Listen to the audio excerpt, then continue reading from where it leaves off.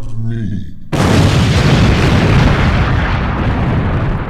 Welcome back to the Don't Judge Me Podcast. Here today with Sir Nygel, the House of Wayfiles from the Dark Gray Triad. Always looking left because I'm not right.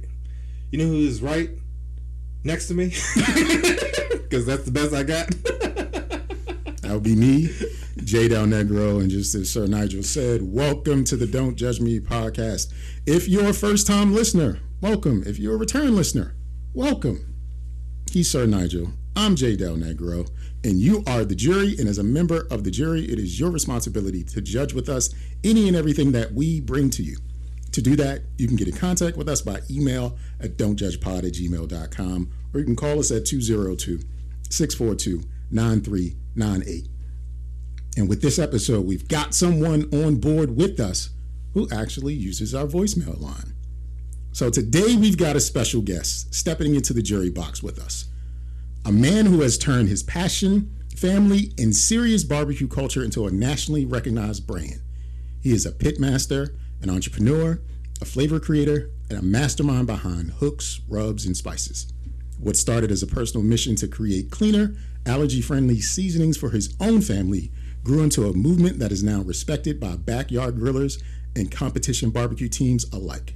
From his Texas roots to building a brand known for bold flavor and real authenticity, this guest represents what happens when hustle meets heart and a whole lot of smoke. So whether you're a grill master or a food lover or just someone who appreciates a good success story, get ready, because today we're talking business, barbecue, and everything in between. So join us in judgment in welcoming Mr. Jalapeño J, aka Jared Hooker, to episode 218 of the Don't Judge Me Podcast. Welcome. Woo, man. Y'all, thank y'all very much. Jalapeño J, back and at it again. Thank y'all for having me back on the show, and thank y'all for giving me that nickname so long ago. I definitely appreciate it, and definitely appreciate the opportunity to be on the show with y'all, and thank you for that kind introduction. That was amazing. I couldn't have written it better myself. I try. So I appreciate y'all. Well, we appreciate you getting on board as a member of the jury and probably the one who participates the most with the Don't Judge Me Podcast. Yes, definitely. Giving us content both on the phone as well as in the group chat to talk about episode after episode after episode. So, yes, indeed. Sir Nygel, if you will, introduce Jared Hooker to our audience. Yeah, Jared. Well, let's see where I start. For those who, who may not be familiar with our previous show from like 100 episodes ago, where you were on, talk about your meat process. Walk me through. Yeah, what you got going on with your meat over there, bro? Like I know from the social media and things of that nature. From my understanding, you're working on a new spice, if I'm correct. Walk me through. Share the world. Let's introduce them to your meat, and let's see how it goes.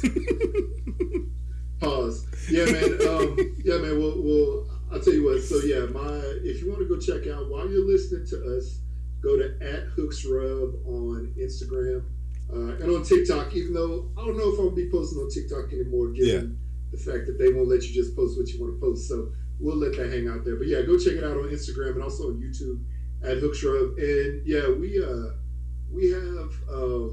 we're always sort of developing new products and seasonings and stuff like that. And yeah, we're working on some stuff right now. Working on a salt-free or no sodium, something like that, version of a spice. And we have a pretty good, I guess, sort of feel for the flavor combo we want to do. But it's always wild because I'll get suggestions or recommendations from family or friends or just random people, and say, hey, we'd really love if you have this flavor or something for this type of meat. And, if we get enough of that suggestion, or if we look at that and say, okay, well, there's some space in the market to bring this type of flavor combination, then why not? We'll start to test. We'll start to test it at least. So I've been testing that a little bit. And yeah, man, we will take all the meats available. We'll take, brisket, just a regular, like a ribeye steak, chicken, salmon. We do a lot of seafood here, so salmon. We'll do like pork belly, we'll do bacon, we'll do pork butt, any of that stuff, and we'll just try it. Try whatever the new seasoning is or new sauce in a scenario I'm about to show in a second, and really, just test it out in any way we can. We smoke it, we grill it, fricassee it, saute it, oven bake, whatever it is. We put it in a slow cooker, we call it like the slow cooker, and even air fryer. We try it every possible way, right? Yeah. Just to see if the flavor is going to work in a lot of different, I guess, techniques. And if it does, it's good. If you can see the flavor, if it burns off, then no, it's not going to work. And if it works in a lot of applications, we're like, all right, cool, we're going to go with it. So yeah, so working on that. But then the most recent thing that we launched, which y'all tasted, was this pepper sauce, which I'll show you right here on the screen. And yeah, thank you for the video that you did on that, the pepper sauce. And yeah, man, that was our first sauce. It's a hot sauce. This hot sauce is interesting because I've been working on this hot sauce for 5 years. Oh, wow. Couldn't find like the flavor combination of peppers and spice and actual flavor, because I wanted it to be flavorful and not just hot. You know what I mean? Yeah. And also, and also something that could go on multiple things and not just on chicken wings. You know what I'm saying? So I put a lot. We put a lot of R&D in that. A lot of different versions. The version that y'all tasted is probably about the 10th or 15th different version of where it started originally. But I got my original, I guess for all time, my hot sauce inspiration is from Tabasco sauce. Okay. Because half my family from Louisiana. Yeah, that was I always loved that sauce growing up, but I always wanted something more because it just felt like it was too runny for some reason. So, yep. Yeah, man. But in this bottle, we got some Texas, we got some Louisiana, and we got some Caribbean all mixed into that bottle. And it's good. It's good. So, yeah, I remember Jay's video, the first impression video he took of that. So, it was pretty dope. Yeah, I don't know, man. So, yeah, it's crazy, but the process is a lot of testing that starts from a little idea or a synapse fire in my head. And then next thing you know, it's either a product that shows up on the shelf, or it's a product that lives in my brain or, in my little binder forever. So, yeah, it's fun. So let me ask then, what's your, you just kind of said a lot of trial and error and kind of going through it. What's the most enjoyable part of the process? And what's the most infuriating part of the process at that point? I'm assuming not succeeding, but just curious. You said this hot sauce took you 5 years to develop. I know at one point you had to not want to do it anymore. Yeah, but most relationships don't last 5 years. Yeah, I don't even know what a 5 year. People give up on girlfriends after 6 months. I've never had mine is 6 months. Stint. If you make it a 7 months with me, you're a champion. So tell me what's going on. Yeah, so honestly, man, I think, for this, yeah, it's sort of like a labor of love. I'm not going to put out anything unless it has some kind of meaning specifically, and that it can, actually bring a change to either our product line or people's lives that are trying it, right? So that's sort of at the heart of everything. So I'll try it. I'll do some. Initially, I'll start to write the recipe. So that is sort of a fun part because I'm sitting there trying to brainstorm, okay, what flavor combinations go together? Big ups to my sister for getting me she got me a book for Christmas one time, and it's sort of like a flavor Bible. It basically gives you all the flavors that go with each other. They're adjacent flavors, and then also their opposing flavors that can also help accentuate each other. So I use that a lot. So an enjoyable part of the process is definitely writing the recipes and coming up with all these combinations. Then getting the product in and actually testing them and doing the test run on my family and friends before anything ever comes to light. So that's the fun part for me. The part that I hate the most is having to pay my bottler to actually put it in the bottle, because that part sucks. But it is what it is. You got to bring the product out. You got to make it happen. And also another fun part is big shout out to my cousin Jay, which if y'all listened to that episode a long time ago with us in the #Blackout Podcast, which I'll talk about in a second. He is my label designer. So nice. I just feed him all of the ideas. I feed him the name.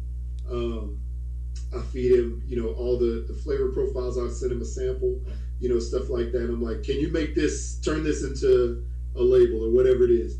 And yeah, he does. And the cool thing is, with the pepper sauce, it's the first product we have that has like a character on the product, not just like, pictures of animals, icons of animals. That has a character.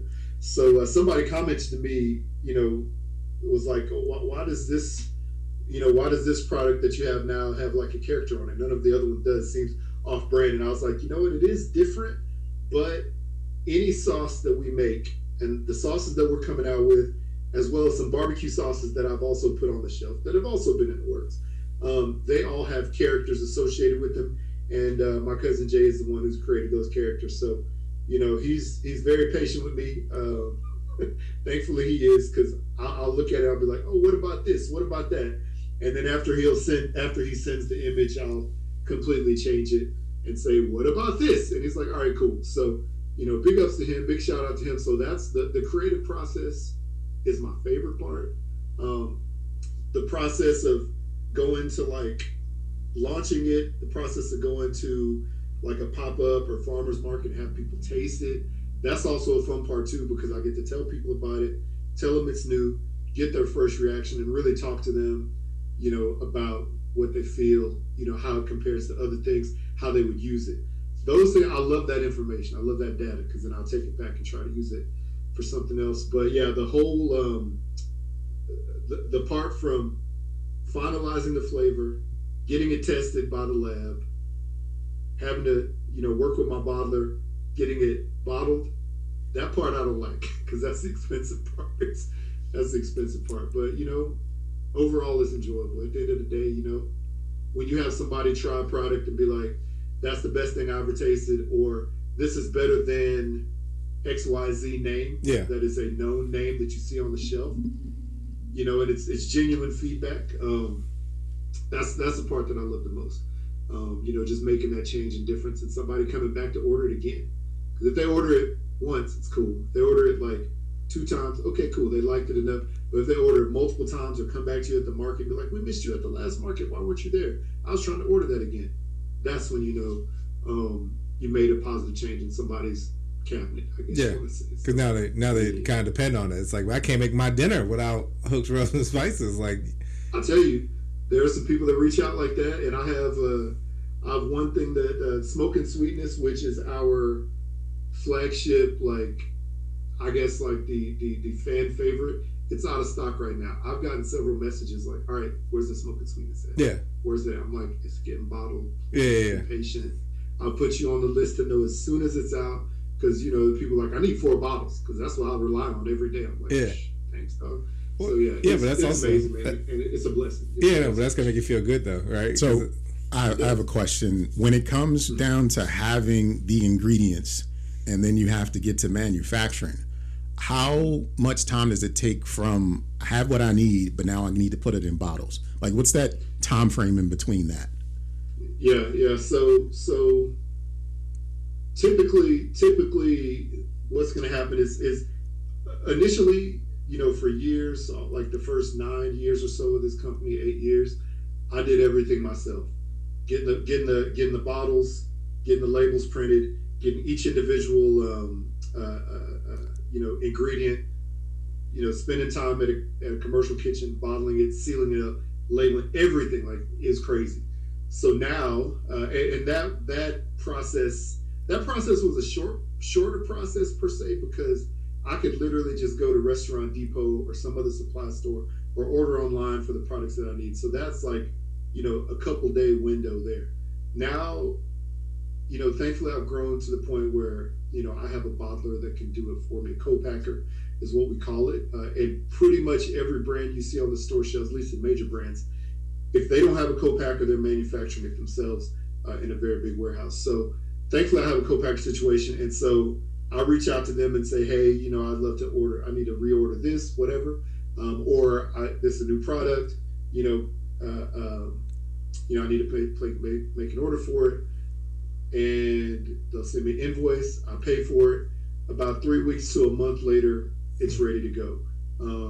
Unless it's a slow time for them, and sometimes it comes in a couple weeks, because they take the order from me, they take the payment from me, then they reach out to their suppliers and get, you know, all the specific ingredients I need if they don't have them, and then they start to spin up the recipe for me, and they bottle it. So yeah, it could be up to a month from the time that I initially placed the order with them. So yeah, it's wild. But from the point of me creating a product like this hot sauce, I had to go get it tested at a lab, so to make sure it's not too acidic or not acidic enough so it doesn't kill anybody. And so that takes, you know, about a week, give or take, to get that done. And then contacting my bottler, having them do a test run with some of the ingredients. That takes a week or two. And then, you know, the rest of the process, like I mentioned, you know, about another month. So it could be like a month and a half from the time I'm like, okay, this is my flavor, and then going forward. But if I go to the lab and they're like, oh, it's not acidic enough, or, you know, it's too acidic, you know, then I have to make some tweaks here and there to try to level the pH balance. Just like back in the day, they said that secret deodorant was pH balance for women. Yeah. You know, every sauce has to be pH balanced so it will not kill you. That makes sense, though. When you buy it, so. You know, it isn't pH balanced anymore. 72-hour deodorant, because I was gonna say it's got to throw everything off. It's got to throw everything off if you use the deodorant once for 72 hours. Like it's just sinks. I wouldn't trust that. It's just, and it's not just for your armpits; it's for all over your body. Wait, like even if you take a shower, that's just supposed to be. No, you washed it off. But if you don't take a shower for 72 hours, no, you know, honestly, what's gotten me, just even on that vein, is that the internet will have someone get on there and be like, "Y'all actually shower every day?" And it's like, first off, why are you on here? Like, you should take your internet away from you, because Batman couldn't get me to say I didn't do. I don't be washing my ass for 3 days, like. Right. No, like I don't understand. So even with that, like somebody will read that and be like, "Oh, I'm good for 3 days." No, you're not. Plenty of people. You musky. Those are the same people who don't wash their legs or they don't wash their arms in the shower. No. They say, "I'll wash my underarms and my butt, but I won't wash my legs. I'll just let the soap drip down on them." I've seen that too, where somebody's like, "Oh, the soap's hitting the legs on the way out." No. I need you just leaving a coating of soap on your legs. Like, scrub it a little bit, bro. Like, you ain't gotta do like a deep cleanse. Like, you ain't got like just make sure you hit it like bop bop bop bop bop bop. Yeah, like I don't. Gotta be quick, right? I don't get that. Okay, so I have a question. 72-hour deodorant. Do people roll it on their whole body like lotion? I would assume. I'm sure, because I've seen commercials and how the doctor in the commercial is describing the usage of it. No. They're just demonstrating here and there and everywhere. So I have to think that if there's a joint, they're rubbing deodorant into a joint. Look, first off, let me have a young lady come over and she rolled deodorant on her kneecaps. I'm going to be like, get the fuck out. The back of her knees. It's subtle. It's subtle back there. No. I need you to get out. I need you to get out right now. You're a psycho. You just imagine it's like caked up with that deodorant film. You know, like that white film. No. They're like, girl, did you rub in your lotion? No, that's my 72-hour. No. Mondo deodorant. Even 72, like that is because that's days. It's days. No. Because I'm going to be honest. Look, I'm going to be honest. Look, I work at an office pretty much. I'm not mobile, but I will sit at my desk all day and still be musky as hell. And I'm like, I haven't moved. Like, I'm just fermenting. I'm out here marinating and nasty. Like, you know what I'm saying? Like, why do I smell and I haven't done shit today? Right? Yeah. Somebody, you going to tell me you're going to be like, nah, I got this. I got 2 more days out of this. Got a schedule on your iCal. Like, nah, bro. I ain't got to put on deodorant for another 14 hours. those same people who think 72-hour deodorant work, those same people too who ask, do you shower every day? Those are the kids that you remember from like grade school that for some reason always smell like boo-boo. No, and they was always scratching their ass because they had booty particles in their butt cheeks because they ain't wiping their ass. Exactly. And I would always be like, why does James, that can't be, James, James, did you take a shower last night? Nope. You know what I'm trying to say? Like, nope. Those are the same people. Now they're internet influencers asking you if you shower every day and showing you the usage of a 3-day deodorant. That can't work. Like, I can't no. get that actually. Honestly, I don't even know why they made it. You know, like it's like, oh, you knew you could make it, but you never thought of why. Why are you making this? Like, why are you making something that lasts 72 hours? That's crazy. Because they're telling on themselves. Nah.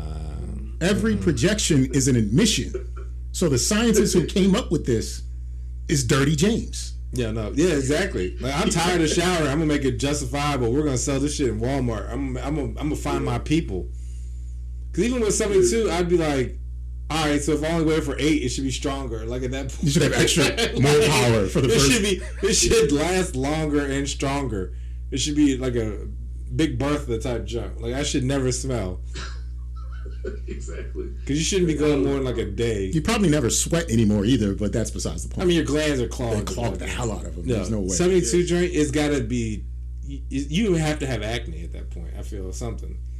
Like your skin is everything horrible. is just stuck inside of you. As soon as you rinse it off, though, like my mind always goes to like the cartoon world of like you put it on for 72 hours. As soon as you take a shower and rinse it off, it just pours out of your whole body. Mm-hmm. Like everything that's been held up by the 72-hour deodorant. It's like, all right, that's a must. Now we're gonna pop out. It's a musty bathroom. It's got to be chemically similar to spackle.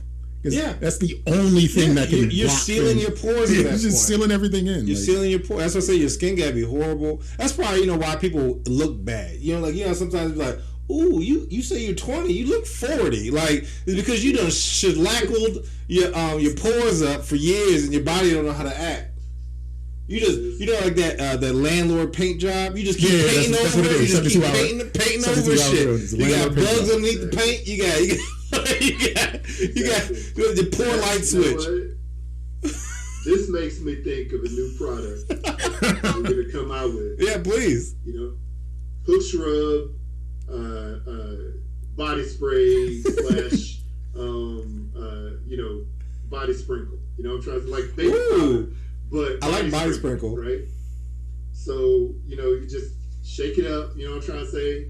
Just sprinkle it on your body, and you'll be well seasoned, and you'll smell really good. You'll smell like seasoned, so people know that you know how to use seasonings. Your food probably smell good, and it's just the body sprinkle. Just put that body sprinkle on. You know what? That's like a good brine almost. At that point, like you out here marinating the skin. You a snack for real.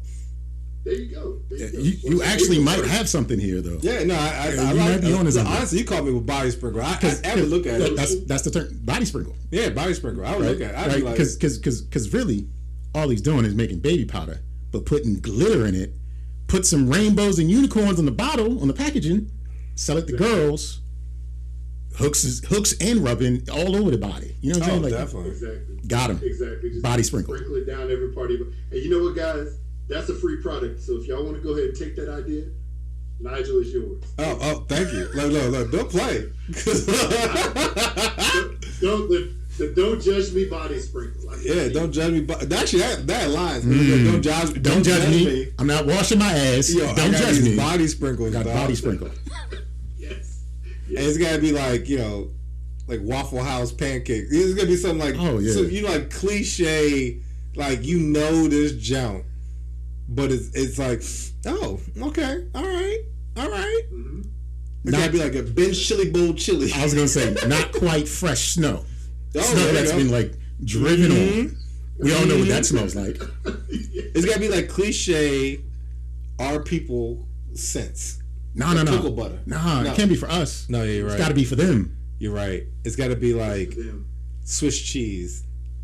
Charcuterie board. Charcuterie board. Charcuterie board. What else could it be? Oh, whatever. It can run with it. Body sprinkle. 72-hour body sprinkle. 72-hour body sprinkle. No, you got up those numbers. Okay, I was about to say, we know it only lasts 148. We do it 148 hours. We know it only lasts for like 13 minutes. Nah, we're stretching. Whatever. We're gonna stretch it out. No, you gotta compound it. Two layers. 148. 172 hours.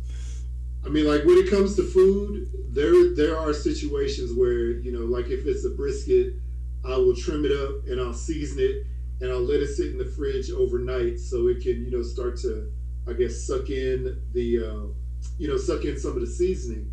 And then just before I put it on the grill the next day, I will re-season it. So it's like putting that seasoning back so you can double your sprinkle. Double the sprinkle, double the flavor, double the marination, double the charcuterie. I'll tell you, look, put it on at night, put it on in the morning. That's how you gotta do it. Double the charcuterie. Yeah, you got cocoon. You got your cocoon. Cocoon. Yeah, you got cocoon and sprinkles. So you encase yourself, and then in the morning you were born again, delicious. If y'all want to bring that product to life, I know some packagers. I know some people who do your labels. Hit me up. We'll make it happen. So. Yeah, hit the lottery first. This will be good. You have heard it here first. But no, I don't know, man. There's a lot that goes into the process of bringing something from ideation to reality. I have, like Eminem. Like apparently he had like a binder of like all his raps that he wrote down. Mm-hmm. I'm in no way comparing myself to Eminem, but for the one fact that I have a binder, a notebook of all these recipes, and there's a lot that will probably never see the light of day because they never just complete. You know what I'm trying to say? Yeah. But when I find when we've seen something that looks like it'll work, people ask about it, we test it. Is this viable? Is it going to cost too much to make? Like stuff with glitter. I've seen that. Yeah, I've seen edible glitter. If it's not gonna work, then it's not worth it. But if it makes sense, and then let's go with it. But yeah, it's wild. Edible glitter is a thing. Yeah, I know. My sister's a cake decorator, and she brought some edible glitter to our house one time to decorate some stuff with the kids, and I was like, this is magic. Like, where did this come from? No, it's just plastic. That's all. Yeah, pretty much. I mean, I've even seen like Walmart. It was like edible gold flakes. Yeah, the gold flakes. And I was just like, all right. I mean, it's kind of like with Goldslager. What was it? Was it the liquor that had like gold flakes in there or whatever? I hate that stuff. Yeah, it was pretty much the equivalent to Fireball, I guess nowadays. But their gimmick was like gold flakes in there, whatchamacallit. And but they got something for you out there. Like even I saw recently at Walmart, they like Cinnamon Toast Crunch Spice. Yeah, I've seen that. Yeah, I'm just like, okay, I get. I mean, brown sugar, cinnamon, brown sugar. Yeah, that's what like, giving us. A lot of extra steps, but I mean, sure, like, all right, say that's some fat back energy, but you know what I'm saying. Speaking of fat back stuff, so I know you do like shows and events with barbecue food. No, I'm thinking of fat backs. No, so I'm thinking of fat backs. I'm thinking of carnivals. Have you gotten into the niche of carnival foods, but with barbecue? Because it's usually fried foods. Wow. Yeah. I have made things that I have done that. I've made stuff like that. I haven't gone to a carnival to sell it before, but one thing that I did a couple years ago. There's a video on my Instagram where, and normally I'll do these things called oddly delicious combinations. I remember that. And so it's like two different. Did you do techniques. The mustard and watermelon? Did you do that? That was not me. Okay. Never. He's like, mustard and watermelon. He's like, don't you dare slander me. They will take my Southern black man card for that. That is never going to happen. Ever. No, I don't know who did that, but it wasn't me. Thank goodness. But I would take two different things. So obviously, I would probably have tried that before somebody did, and I would never do it. I renounce it. But I did tempura fried lasagna sticks. Oh, so that sounds like I made a I made a lasagna, like a beef and cheese lasagna, and then I froze it. I sliced it into like strips or whatever. I froze it, and then I battered it in tempura batter, deep fried it, and had like these little sticks. And man, it turned out amazing. And I did have people saying go to the Texas State Fair, because Texas State Fair is one of the places where you always see the crazy food, right? Among other places. So they're like, you should go to Texas State Fair and bring those lasagna sticks with you. And I thought about it, but no, it's not. Nah, it's crazy. There's some wild stuff. I saw, there's like deep fried cheesecake. Oreos. I've seen butter. Like literally just butter. Just butter. Deep fried butter, which is crazy. It is wild because butter, unless it is like as frozen as hard as like dry ice, it's gonna melt. Yeah. As soon as it hits that fry wall. Yeah, so you're pretty much just eating like butter infused bread at that point. Just deep fried butter infused bread with powdered sugar. Yeah, but I mean like that butter. To your point, that butter's not surviving, so it's just gonna get It's just gonna get soaked up into the shell, and all you're essentially doing is eating like a croissant on crack at that point. Pretty much. Pretty much. That's just as fried at that point, and going from there. Yeah, it is wild. But hey, you know what? That tastes good though. No, it does. I mean, I can imagine, but something in me, I couldn't go and be like, yo, let me get that deep fried butter. Like I wouldn't want to say it. I'd have to be like, let me get one of them. And they'd be like, what? That one. Dim. That one. that Dim. Right. But let me tell you something. If you, obviously I know, y'all don't live anywhere close to Texas, but if you ever are traveling for business or just happen to want to go to Texas during the fall and go to the Texas State Fair, that's where you will see some of the most outlandish deep fried anything you can't imagine in the world. Because that's where they had deep fried butter. That's the first place I heard of like fried cheesecake, fried key lime pie, several different things. It's kind of insane. A fried margarita. What? How you gonna fry margarita? I could, because I even like in theory, right? The alcohol wouldn't allow you to freeze it, so it would be liquidy regardless. You pretty much put a slushy in. I don't know how you would do that actually. Do you make a gummy? Do you make a gummy from the margarita mix, and then freeze that, then fry the gummy? Well, I feel like possibly. I feel like there's no alcohol. I feel like it's just the flavoring of it, because even if you cook alcohol, the alcohol is gone. So I think you'd have to deep fry a ball that had all the flavors of margarita. So like lemon lime, excuse me. Yeah. The salt content, and stuff and then like that. infuse it with some tequila afterward. That's probably it. It's the butter. It's the deep fried butter infused with tequila in the possibly. end. There you go. That would be amazing. One thing I did do though, that is carnival food, was several years ago. My brother and I competed in a barbecue competition, and one of the subcategories was best hamburger, right? And we did. Let me tell y'all, we did a double cheeseburger. It was like a smash burger, right? A double cheeseburger smash burger. Multiple layers of cheese in there. We did a bacon weave, right? So smoked bacon. Yeah. We wove into like I don't know. We just wove. Yeah. And we wrapped that like a wicker joint. Wrapped that around the cheeseburgers, right? Oh, okay. Another slab of melted cheese on top. There was several different sauces or whatever, pickles, and then we did deep fried bacon strips, and it was like chicken fried steak, like that type of bread. Yeah. On bacon strips, deep fried them, put that on the burger, yeah, man, we ended up winning that. Nice. I'm about to say all that. I mean, like at that point, you should. I feel like y'all should have made with love. I feel like they should have had Krispy Kreme donuts as buns, because that is the Luther.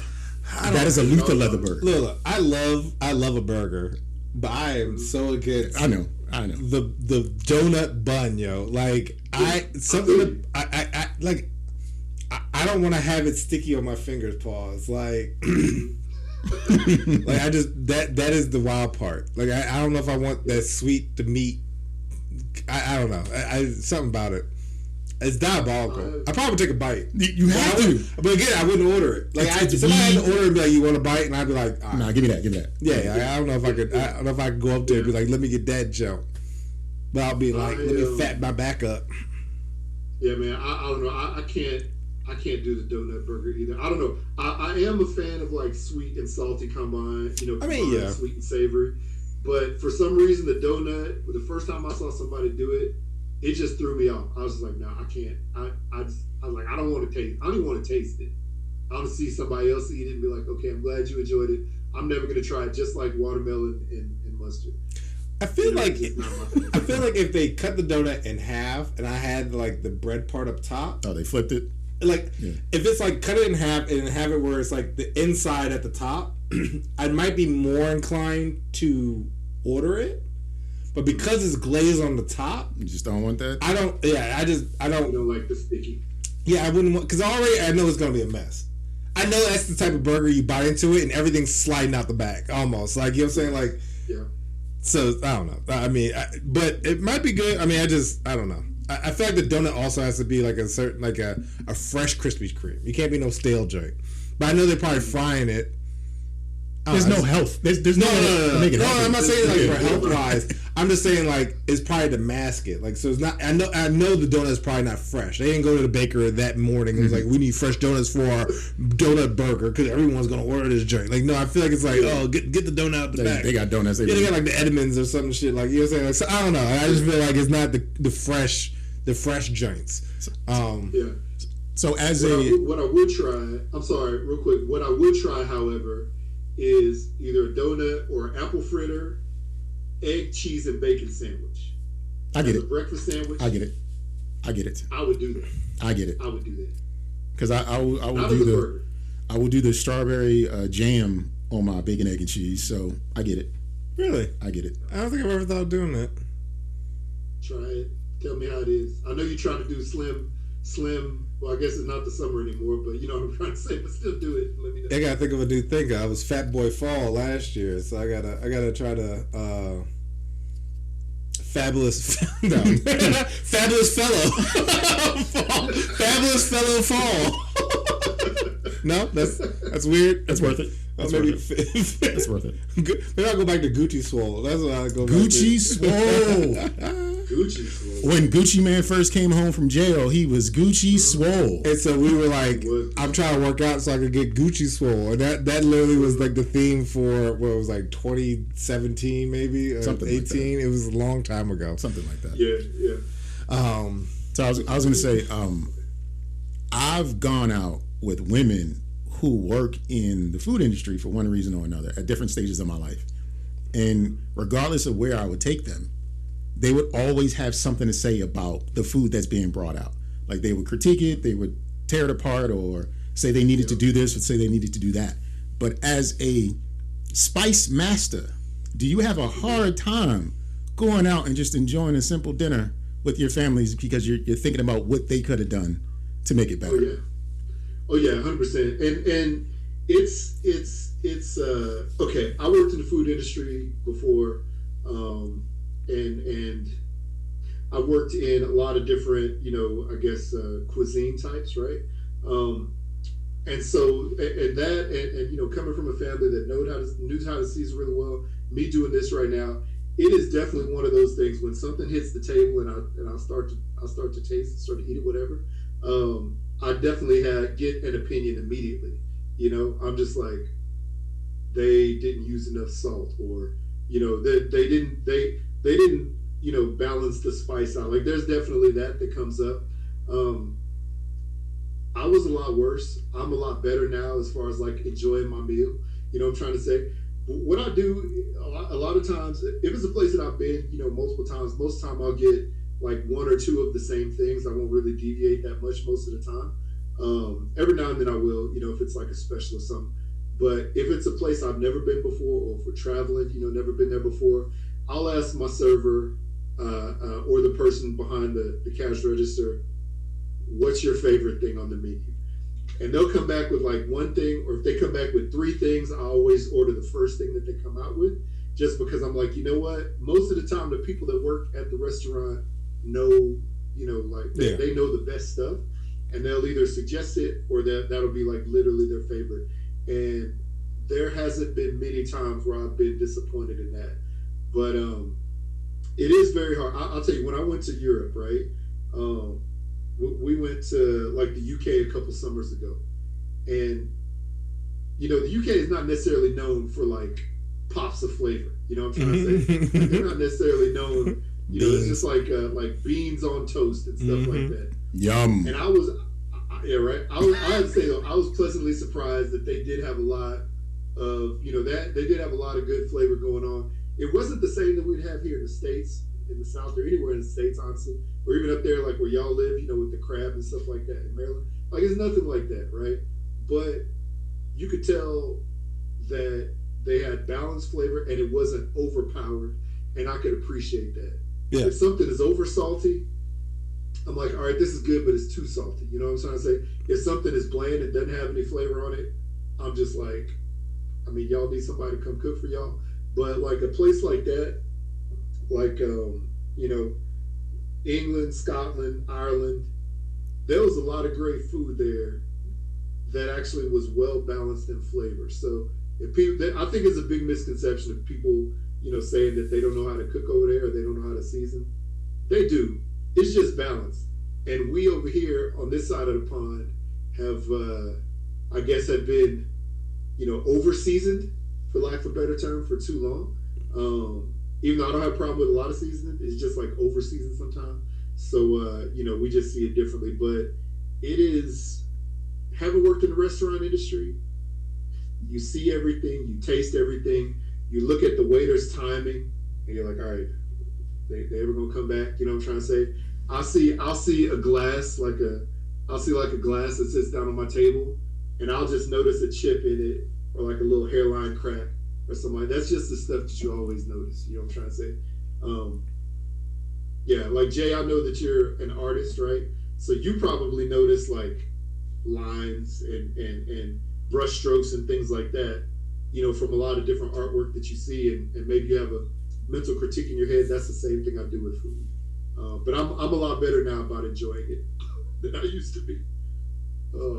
That's good. It'd be hard. There's some places though. There's a place here, a barbecue place here in Utah. First of all, that's where you're wrong.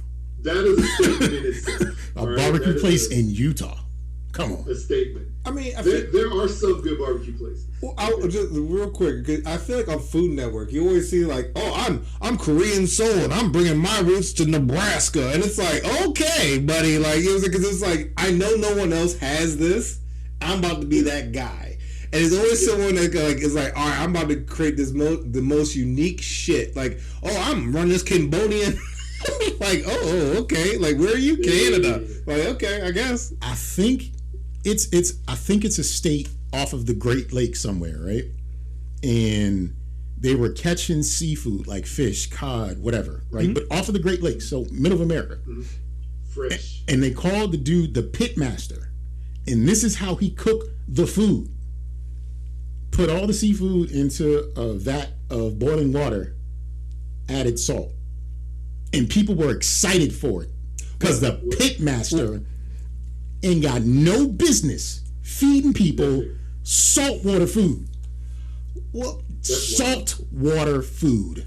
Maybe the ingredients were so good that he didn't have to do much to alter the flavor. That's some fresh shit. I feel like that's a lie. No, I don't. I'm trying. I feel like that's a lie. And he had one exciting thing where he would roll like a flammable liquid under the vat, because it's outdoors and it's over an open fire. This sounds crazy. So he would roll out. Sounds very dangerous. He would roll out some water, and it would just, this big reddish, dark red flame would go around the kettle or whatever, and that was like why he was the pit master, because he could do that.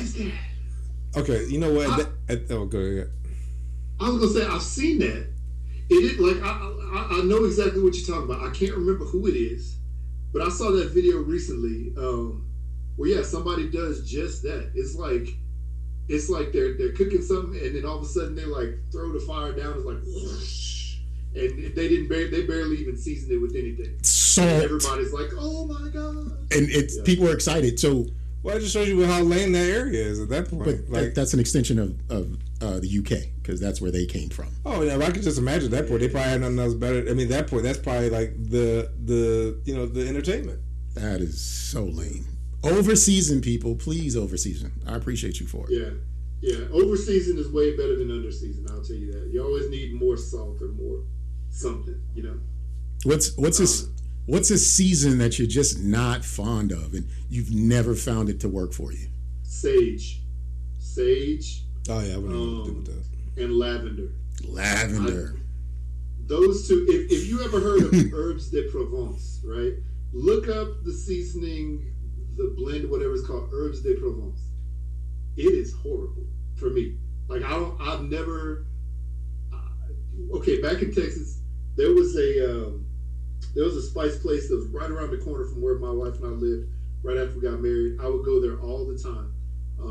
Pensies, shout out to Pensies. They had a lot of great stuff. And they had all these different herbs and spices and stuff like that. And this is well before I ever imagined I was going to be doing this for part of my job. So, but one of the things I was like, this is cool. It's called Herbs de Provence. There's some little purple flowers in there. Maybe a smell that I was like, all right, it's probably gonna be good. I brought it home. I used it one time on, I don't know, like some seafood. It was horrible. I was like, the French don't know how to cook. Like after that, I was like, I feel bad. It's not true. The French do know how to cook. But I was just like, there's lavender in there. Yeah. This lavender serves no purpose. And then sage, only because the fact that I'm allergic to sage, like it makes me sneeze and itch. So I hate it. I wish I could use it, but I hate it. But I like to use it sometimes like in sausage, but it's just not. It just never. It stinks, and it's not good. And the sad part is in Utah, especially like as you get like further into like the mountains or like in the drier areas here, there's a lot of sagebrush. Like those tumbleweeds that you see. Yeah. A lot of times that's sage that's turned into a tumbleweed. And we literally see tumbleweeds tumbling across the street. That's crazy. That is like something I wouldn't know what to do if I walked outside and be like, is that tumbleweed? First off, but even just like him saying sage, I'm like, I wouldn't even know what that would even look like, to be honest. Like if I was in someone's kitchen and like, yo, pass me the sage, I'd be like, what'd you say to me? Is it written on the bottle? Like, what'd you say to me? Yeah. Like, is this a joke? Yeah. Even what lavender. I'm sorry. Yeah, I'll say, what about y'all? What are some seasoning or flavors that like when y'all taste it, y'all like, this is bad? There's definitely there's one, and I just can't get it out of my coriander.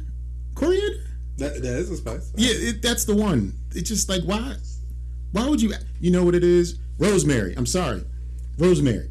Rosemary's the one where I'm just like, this is not enough, because some people season things with just like rosemary and sage, and they put them together, and it's just like, that's all they put together, rosemary and sage. It's nothing else. Yeah. And it's like, this is not enough. No, rosemary is it has a pleasant scent, but it tastes like green, like not vegetables. It tastes like green.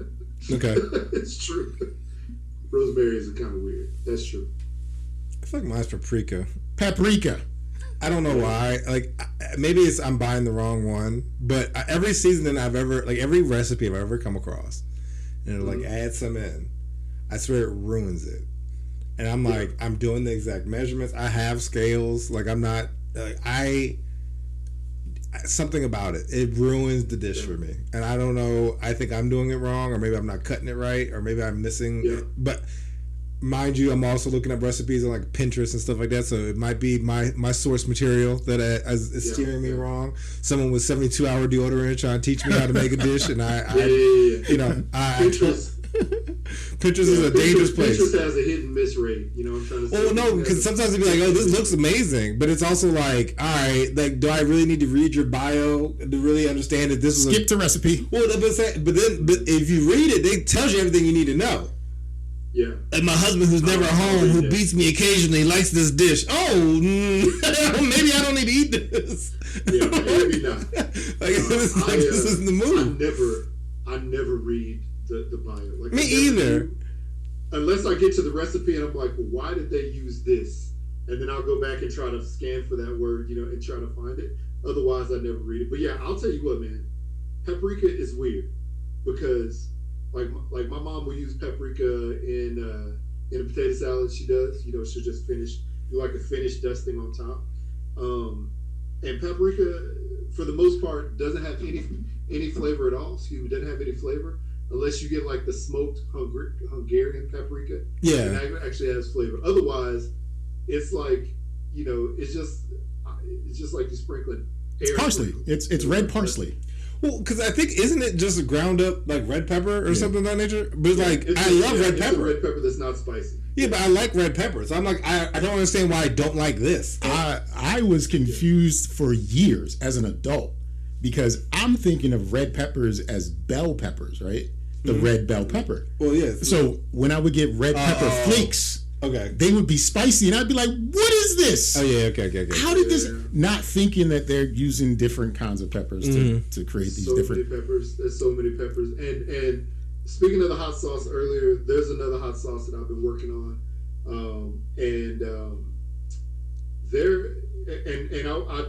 want it to be different from what we had before, but also still have like flavor and spice, to it, and there's so many peppers. There's so many versions of peppers.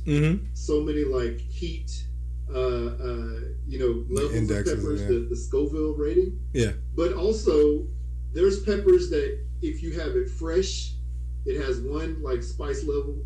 Then if you smoke it, it's a different one. If you like dry it out, it's a different one. Like there's so many different versions. A jalapeno is different, right? If you smoke it, then and you let it, let it stay on the vine longer, it turns red, and you smoke it, it becomes a chipotle. So it's literally the same pepper, right? It's just like how long it stayed on the vine, so it's a little sweet and spicy, and smoky compared to just straight green, and spicy. It's so weird. But even then, even the peppers themselves could be totally different. Like I bought jalapenos from like the Asian market, I guess, whatever. Okay. And like some of them be like, "Oh shit, I'm about to die," and some of them be like, "Oh, this was nothing. This is whack." Like y'all didn't come from the same jump. Like y'all came from a different line of the farm or something. Like because you's weak. One jalapeno from the south. And one jalapeno from like you must have got more sun or something. Like I don't know what it is. Like you got more love or something. I don't know what was happening, but it's even hard to kind of gauge it. I'll tell you this: when you go to look for peppers specifically, and specifically peppers that have spice to them, not regular bell pepper because they don't. But if you go and look for a pepper with spice, and you see peppers with like the little lines on them, those are spicier than the ones that are like.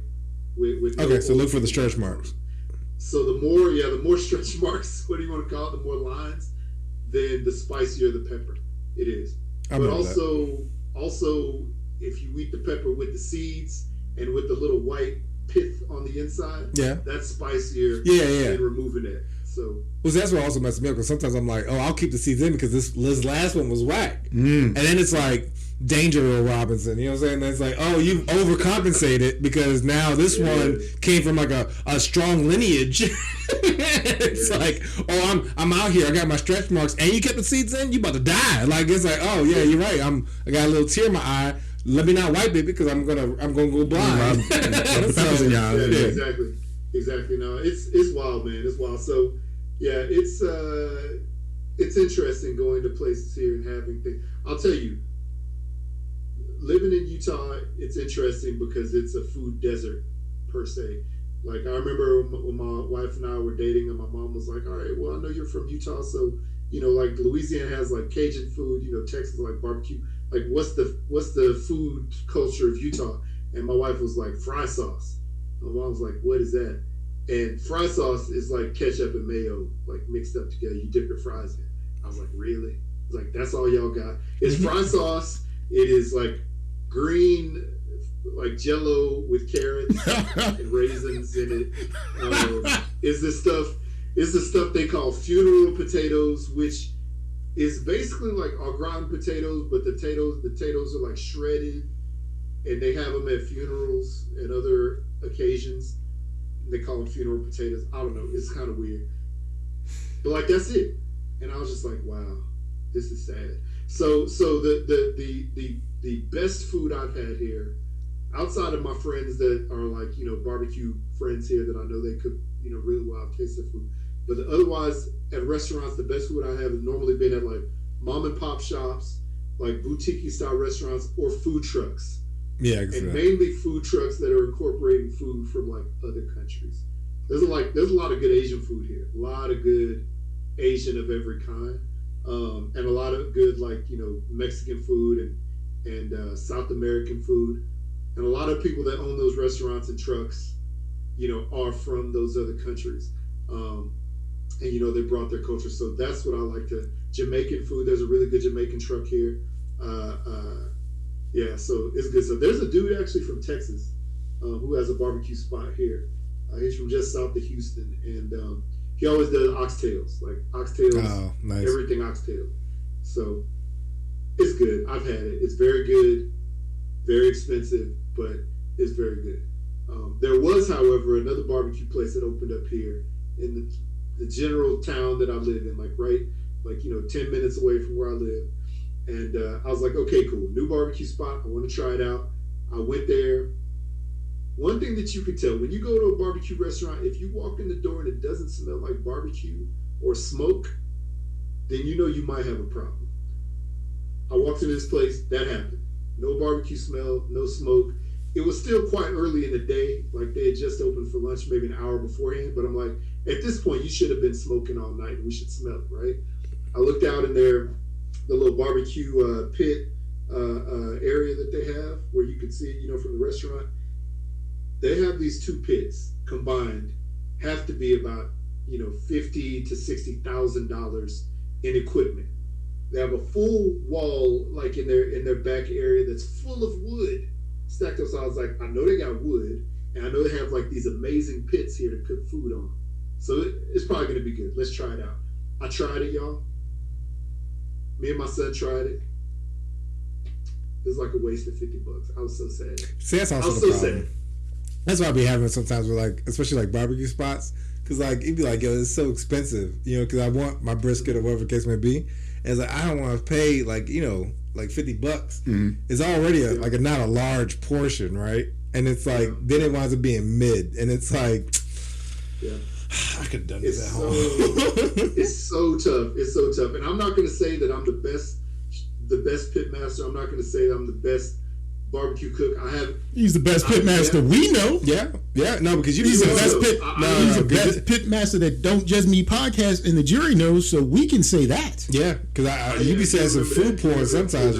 I be saying some food. I'll be like, damn, I want to drive. I've had my share of mishaps, but I do feel like if you have a restaurant or food establishment, you have to bring it every day, because you never know who's going to walk in there.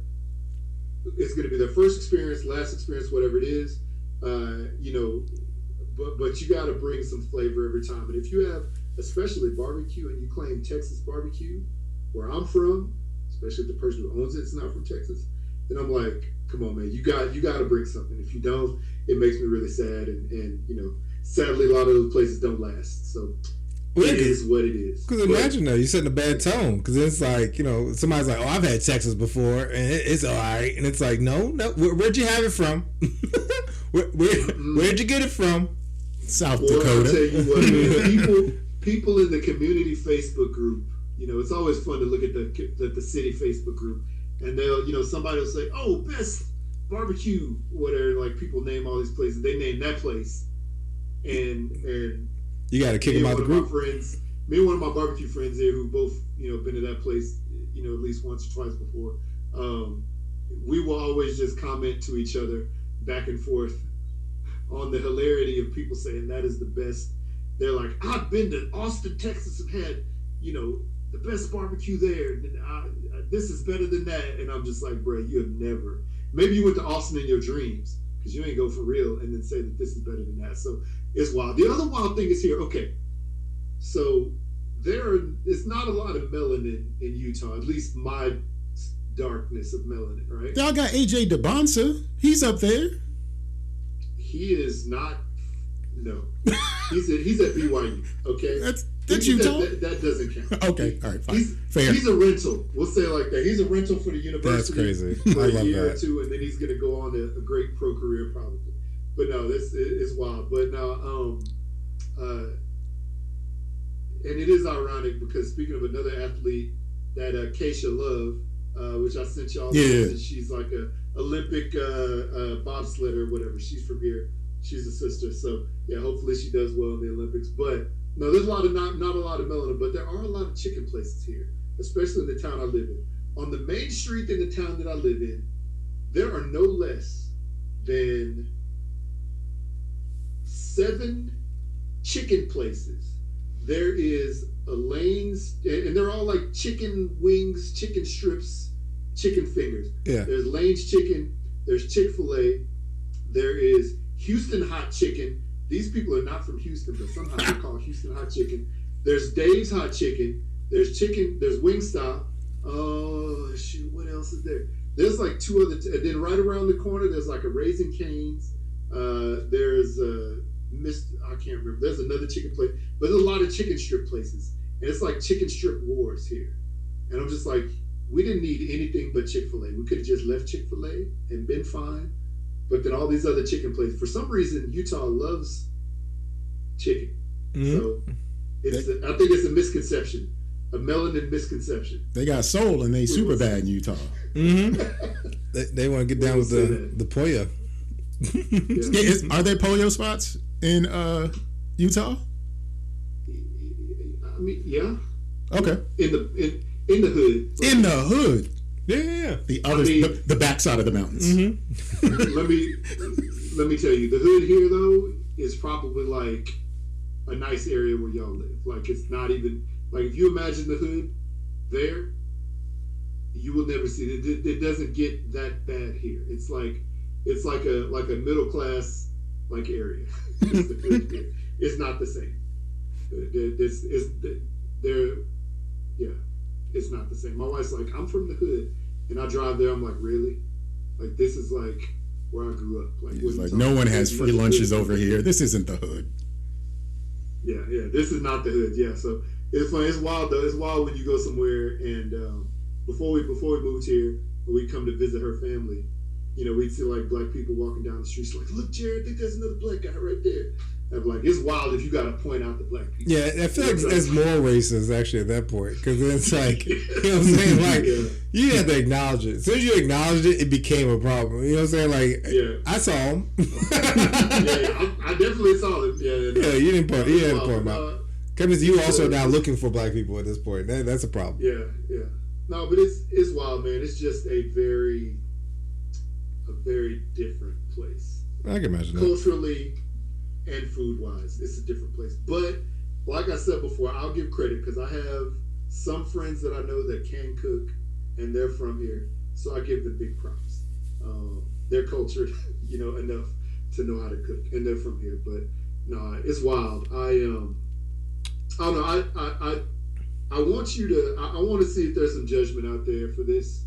Because I was thinking about this, especially when we were talking about, working in the restaurant industry. Before I worked in the restaurant industry, I went on a date with somebody, years ago when I was, in high school, in college, whatever. Went on a date with somebody. I was kind of broke. The only money I had was a gift card. And it was like a gift check, like a gift certificate. Mm-hmm. Back in the day when they wrote out paper gift certificates. Oh, and it was like a $25 gift certificate to this,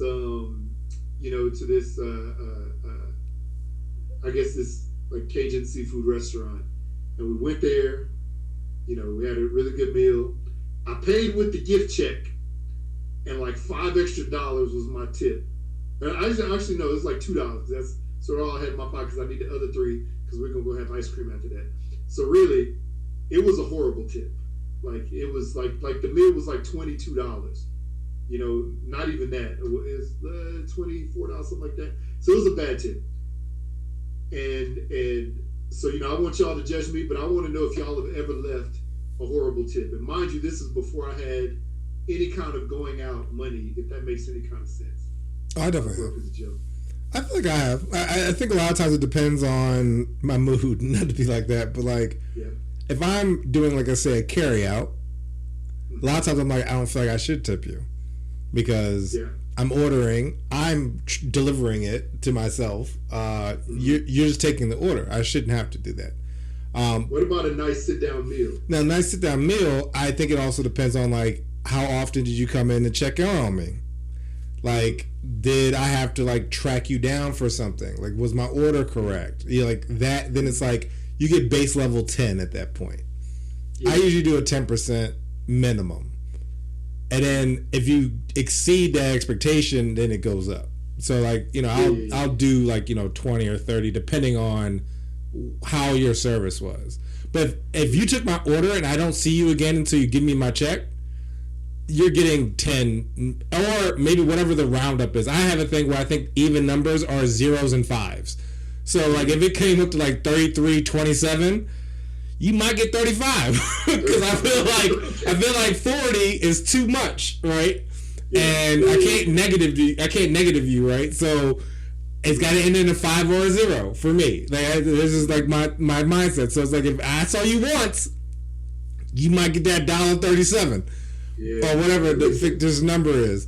But if like you're killing it, or even doing just the bare minimum, you usually get like 20% for me. But but it's always that awkward of doing carry out that I always like, because it's like, I went to the Cheesecake Factory the other day for like my mom's something for my mom. And it was like, hey, can I get a cheesecake, slice of cheesecake for like the plain or whatever? Cool. Yeah. Tip, and I'm like, what? You're not doing anything. Are you making it? Like you just cutting out pre-frozen cheesecake. You don't deserve a tip. Labor. So then I'm like, I look at in the eye kind of, and I'm like, no. And I'm like, I don't know what type of energy you need right now, but like, do I gotta give you a slur or a nickname or something? Like, how do you do that without coming off as like an asshole? Yeah. Broke bitch. Wow. Get a better job. I don't know. Like, I don't know how to do it. I feel bad, but it's also like you didn't really do anything. Yeah, I'm not tipping on carry out. That's just not. Yeah. That's not the wave. Now, my standard practice now is like I'm giving 20% unless you're bad. Like you could be not great. I'm just gonna give the 20 because that's just the easy math for me. And it's not like a precise 20. I'm just doubling the first number twice. You know what I'm saying? Like I'm just doing it simple math or whatever. 16, but if you're like ass with it, then I'm leaving like the $1 tip and leaving a note on the receipt like this is why you got $1. So me share when I was in high school, we did that. Get your service up, you're horrible, or something of that nature. Mm-hmm. But one of the girls that we were with left their wallet or purse in the place that we were at. So we had to go back. And of course, she didn't want to go in to get her own bag. So we walked in and was like, we was we was just here. I think we was here. I don't even really know. But there's a purse. Then y'all didn't throw it away, did you? Because I know we was mad disrespectful leaving that note. We got the purse, but ever since then I was like, I'm never writing anything, or I'm doing a triple check of the booth before I leave, because that was the craziest experience. Because it was like I left my purse and we was like, bitch, we was rude. I remember being young, like high school age, and I was out with some guys that might have been like young adults. Yeah. I'm like 15 and they're like 20, and we went to Denny's and it was like 7 of us in a 2-door shadow. Yeah. So it was just, we was packed in tight, and I had a couple dollars. You know what I mean? This is 95 or whatever. So it didn't cost a lot. A Grand Slam at Denny's was $2.99. Yeah. You know what I mean? Yeah. But like when it came down to the tip, we were all looking around at each other, and then we saw another table who left their tip, and it then became our tip. Oh, that's funny. So wow. You slid that money over. Just put it right on our table. But even on that energy, I used to go with these group of guys, right? Wow. And they were the type of dude that didn't understand tax, right? And so this is more group setting. So like, I ordered the soda. Let's say it's $2.99. All right, well here's $3. And it's like, well, what about tax and tip, bro? Like, you know what I'm saying? You ain't. He'd be like, well, my meal was $14.99. My drink was $2.99. So here's $18. I want my $2 back. I'm sorry. Hold on. Like, what math you mathing? You're just doing the front numbers. The front numbers. Like, you ain't adding nothing. You ain't adding tip. And he always want to do it like in a group. Like, he never wanted to do it separate because he knew he could swindle. So I always hate doing group drinks because I swear every time it's always like, yo, we like $10 short. And like, nobody tipping. And so I always want to, like, that's why I usually drive in a group drive. I be like, yo, can we do separate drinks? Because I swear people, they math ain't mathing. Yeah, you got to get to the waitress. Can we get separate? Yo, because I swear it'd be... with the separate check. Yo, because it'd be... I mean, some people just... I don't know, they just don't incorporate it. Like, you know, tax is like 6% here in Maryland area. I'm like, yeah, at least incorporate that. And then, you know, work in the tip. But nah, it'd be like, oh, yeah, my job was $14.99 and $2.99, so here's $18. And they'd be exact with it, too. And I'm like, hold on. You... I'll tell you what, man. Like, I do know this. Like, I don't think I learned to tip when I was growing up. I remember in college hanging out with some friends. We ordered Domino's or Papa John's, something like that, back before Papa John's was racist. And I remember, you know, paying, you know, like $10 or whatever it was to the driver when he came to the door. And my friend with me, she was like, "What did you tip him?" I was like, "What do you mean tip? What for what?" She's like, "You're supposed to tip the pizza guy." I was like, "What are you talking about?" Like, my pizza was $10. You know what I'm trying to say? Like, I gave him his money and that was it. It's like, no, you need to tip people like this. You got to tip the pizza driver. So from then on, I realized that, you know, people who you know, deliver pizza, stuff like that, I started tipping the pizza driver. Like, I'd never heard of it before that. No, like, same. You paid for the pizza and was done. You know what I'm trying to say? Same. I got, like, I work with a couple people that work in the food industry, and they were like, well, they don't make money. You got to tip them. And I'm like, that seems like a fucked up on the system. Like, I shouldn't have to. Yeah, but I was like, but then it's also like, well, you know, what am I ordering? That's why actually, like, now I don't do DoorDash and stuff like that, because of the fact that they charge you delivery charge plus the tip plus the tax plus something else, and I'm like, it's getting too expensive. You know what I'm saying? Like, I don't. Crazy. But like back in the day, it'd be like the same kind of energy. Like, well, it costs $10, so you know, here's $10. But then it was like, I messed with a couple girls that were like working in it. It's like, yo, that's how we make money. And I was like, all right, well, I guess I'll throw in for $10, I throw in the $2. But I was like, I feel like that's not even really impactful. But I mean, whatever. But then, you know, when you start getting like more adult, when you get like to like that $100, $200, like, I mean, not $200, get out of here.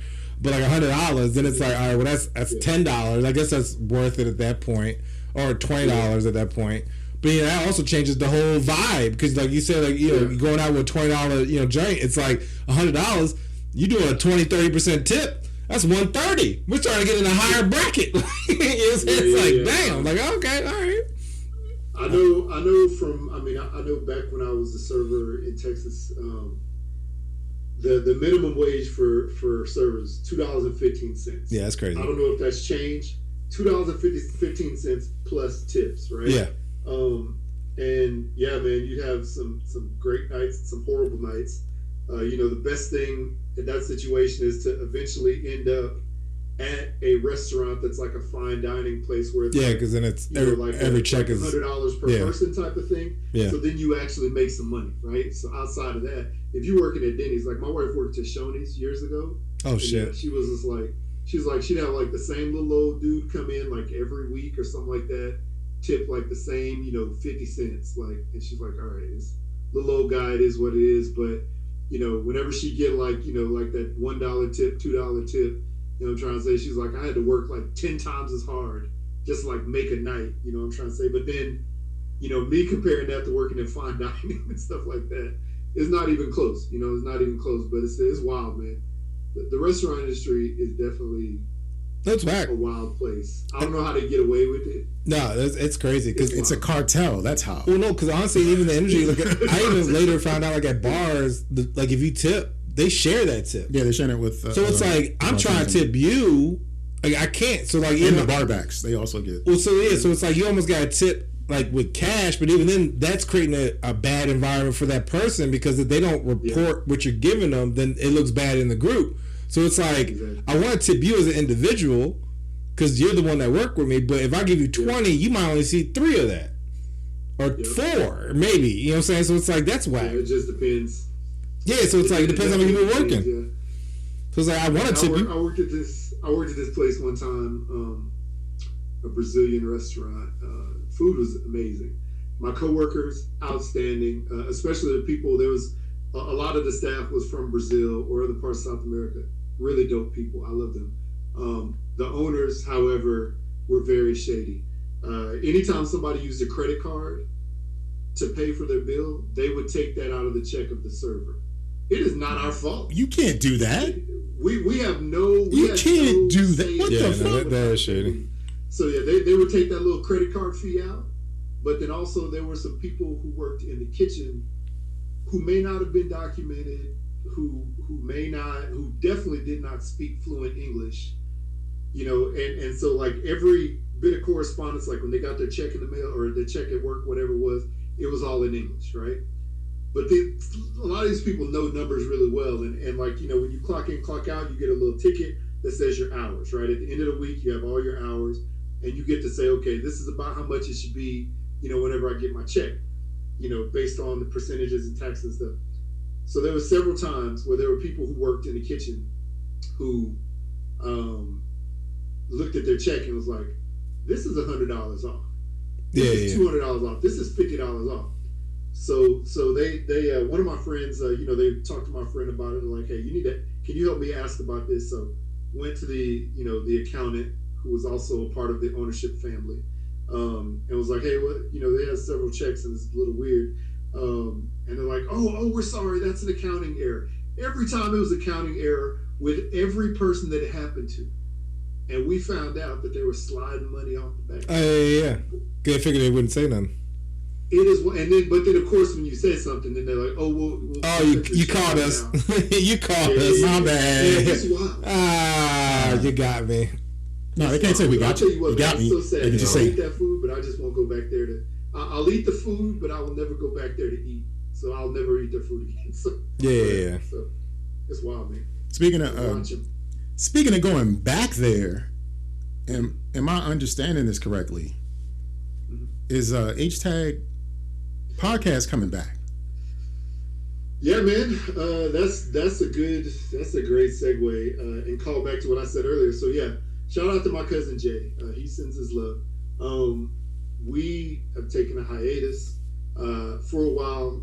Life, family, kids, work, all kinds of stuff sort of got in the way, and just time. There's a lot of stuff that's going on, but yeah, we actually plan on coming back again on our anniversary, which would be April the 20th. So we will have a show again scheduled for April the 20th. Nice. And yeah, coming back. And I think what we're gonna do is we're gonna like rebrand.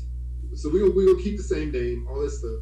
But I think we're sort of gonna rebrand like our show. It'll be interview, and it will be really about stuff that we relate to. So we're both fathers of like teenagers. We're both married. We're both from the South. Grew up in the same family. Have similar similar like interests in that.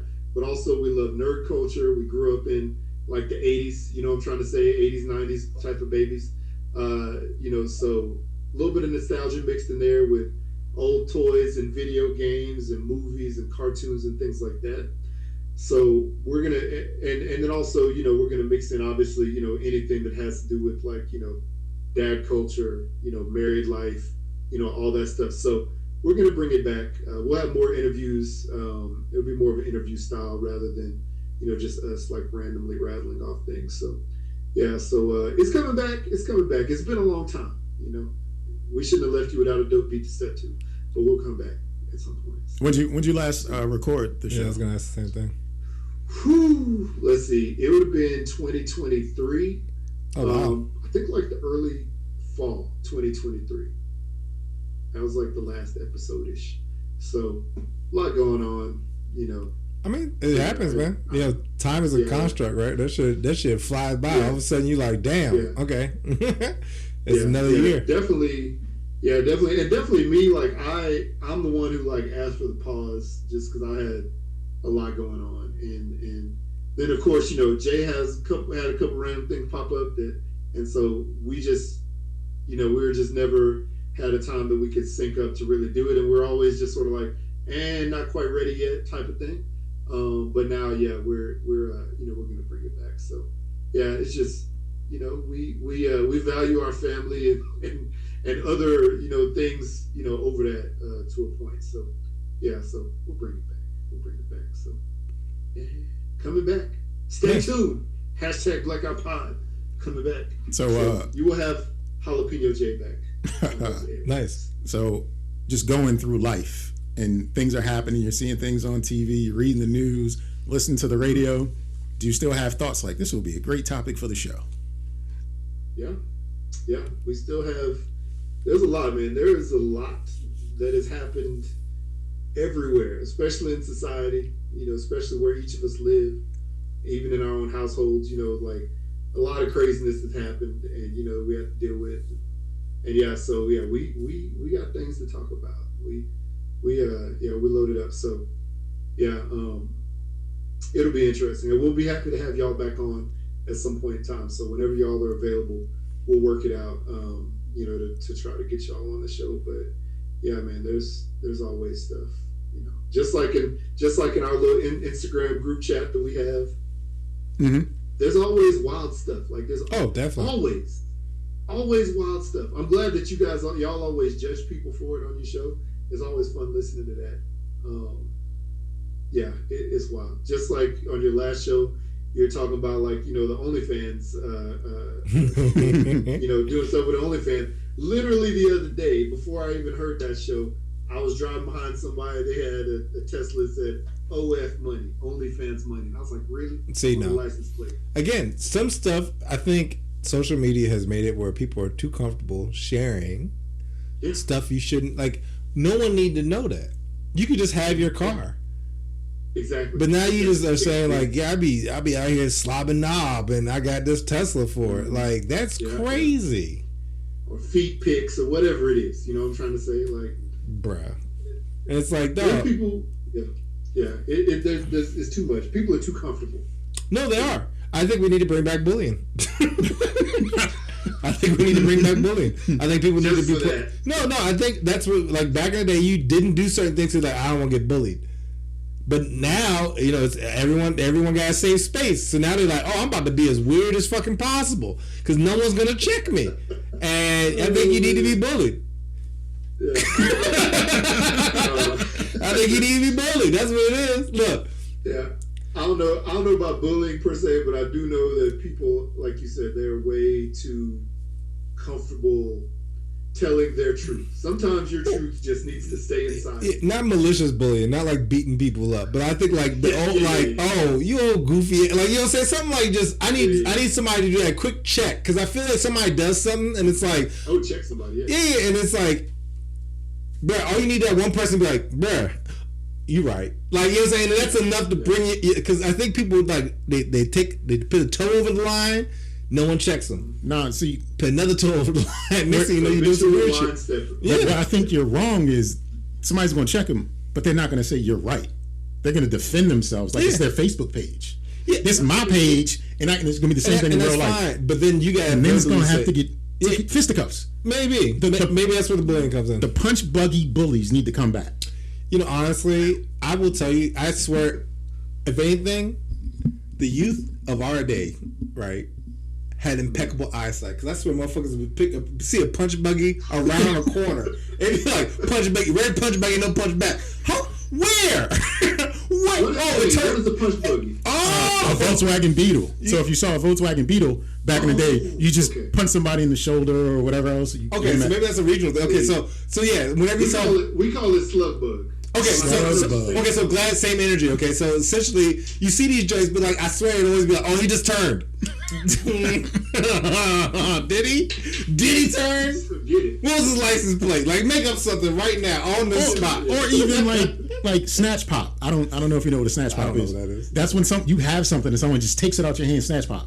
Oh no, that's crazy. That kind of bullying where it's just like you just gotta suck your teeth or fight for it. Like, it just made you a stronger person. It made you aware. You would not do that to us. But you know what? Do that to us. I agree with this because I have a big problem with people with situational awareness, right? Because I swear, like, people will be in like grocery stores and like park their cart parallel to the fucking, and I'm like, yeah, you eating up the whole aisle, right? Like, aren't you aware? And this is the main energy, like main character energy drink, but it's also like you aware there's other people here, right? Like, I swear people just are oblivious to their surroundings, and I'm just like, but if somebody was going to yank their purse or yank their wallet, I'd like, give me your fucking snack. Like, you'd be more conscientious of like, oh, let me be looking around real quick.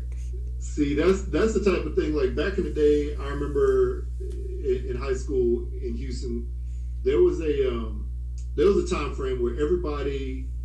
It seemed like almost all the brothers in my grade shaved their head bald, right? It was a thing. It was like bald head was the hairstyle, right? Or you had like a bald fade. It was something like that. So on top of that, you know, if you caught somebody in the hallway and you just caught the back of their head wide open, fingers back right on the back of the head. Yeah. Mm-hmm. So that's something that needs to be brought back in a situational awareness situation. You can't do that to kids now because they all have broccoli on the top of their head, so it's just not like no. or they have a mullet. Like, I don't know Have you guys ever? I mean, maybe this was in my school, but I'm assuming it's universal because I feel like stuff translates, just probably different names. But you ever like walk underneath the corridor and somebody dunk on you? Yeah. Okay. You walk into the doorway and somebody. Every time I go through, I'd be like, I'm not leisurely walking through a doorway. You ain't about to dunk on me, bro. Yeah. No, I don't think so. No. So again, situational because it's like diabolical, yo. That would ruin your afternoon. You go on a fucking like free period and you get dunked on. Oh, my day ruined. See, all those things make sense. That's sort of like funny.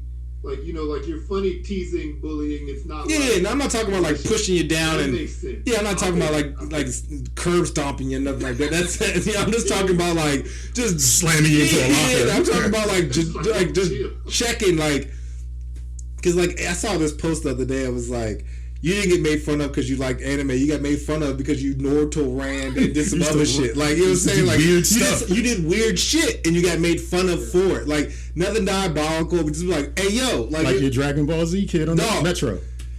Yo, I gotta share this. I'll post the picture. The little dude walked in on the Metro, the subway, walking a Goku hairstyle, a black dude. What? And I'm like, dog, there was no conventions, nothing going. You know what was crazy? The convention. This is going on now. No, there was. Someone shit on the floor. What? Someone shit in the middle of the floor. And I was like, I'm glad I didn't go there. I think it was called Otakon. No, it wasn't Otakon. It was one of those like anime conventions that was happening this past weekend in the Gaylord and the National Harbor. Right. And apparently someone shit on the floor in the middle of like the walkway where everybody was walking. Like, it's a prank, bro. No, but still, it's plenty of bathrooms in that space. There ain't nothing that like you're an adult. But see, this is the type of stuff that gets highlighted. This is the 72-hour deodorant kid. Shut up. That's who did that. Yeah, 72-hour Depends or something. It was like, I could shit all day. That's who did that. But apparently they legit actually, I can't even show you. They apparently shit on the fuck. No, there's actually a video we'll play.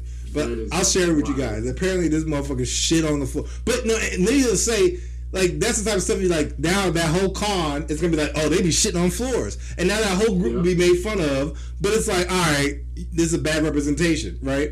But it's also like you get made fun of because you do certain shit. Like, it's not because of, you know what I'm saying? Like, it's not because of that thing. It's because you doing weird shit. Yeah, they need to pull him out. Yeah, that's what I'm saying. So they need to pull him out and just like on camera and just like bully him, like just beat him up real quick. Yeah, no, they need to. You're giving us a bad name. No, like, bruh, like it's already bad enough saying you like anime and stuff like that. While getting some sort of like, oh, just imagine getting your ass whipped by a big foam sword that somebody made at home. No, and foam armor and stuff. Crash out though, yo. Like if I'm walking and I get shit on my shoes in the middle of a convention hall, that's crazy. Or you're walking like, what the fuck is that? My 72-hour delivery on hour 4. Like I know I got 68 hours. 68 hours left. I got 68 hours. And what's that smell?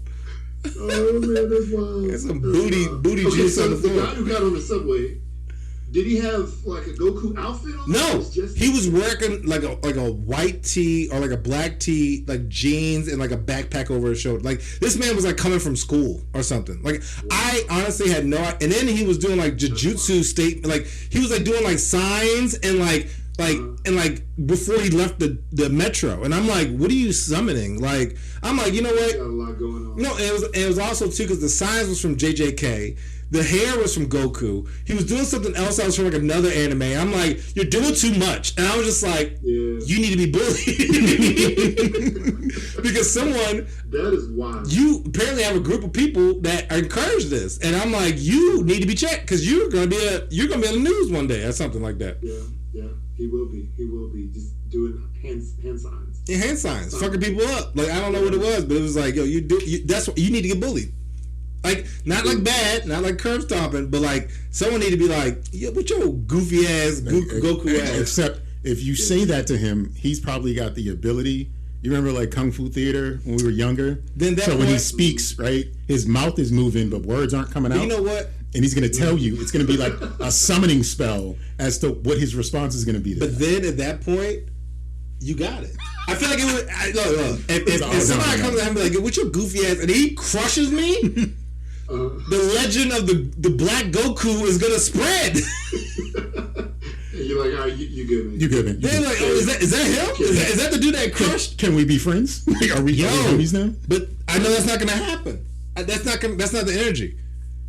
That's not the energy. That's wild. But yeah, no, he had Black Goku hair, bro. Like I was like, yo, what is? I'll send it in our group chat later on. Like because even after I took the picture, there was a Spanish family sitting next to me, and they were just like, you see that shit? And I'm like, yeah, I see that shit. Like all of us is in unison. We like became best friends right there because it was like, you see this crazy shit, and we as a group were pretty much bullying him from a distance. Like, yeah, oh my god, that's wild, man. It's wild. Like you said, people are very comfortable in their own truth. And power to you, but like I also feel like there's a do that shit at home at that point. Like I don't know, like I mean maybe be power, be who you are, embrace it, but you also gotta accept like if I be like, yo, bro, you looking crazy, looking wild.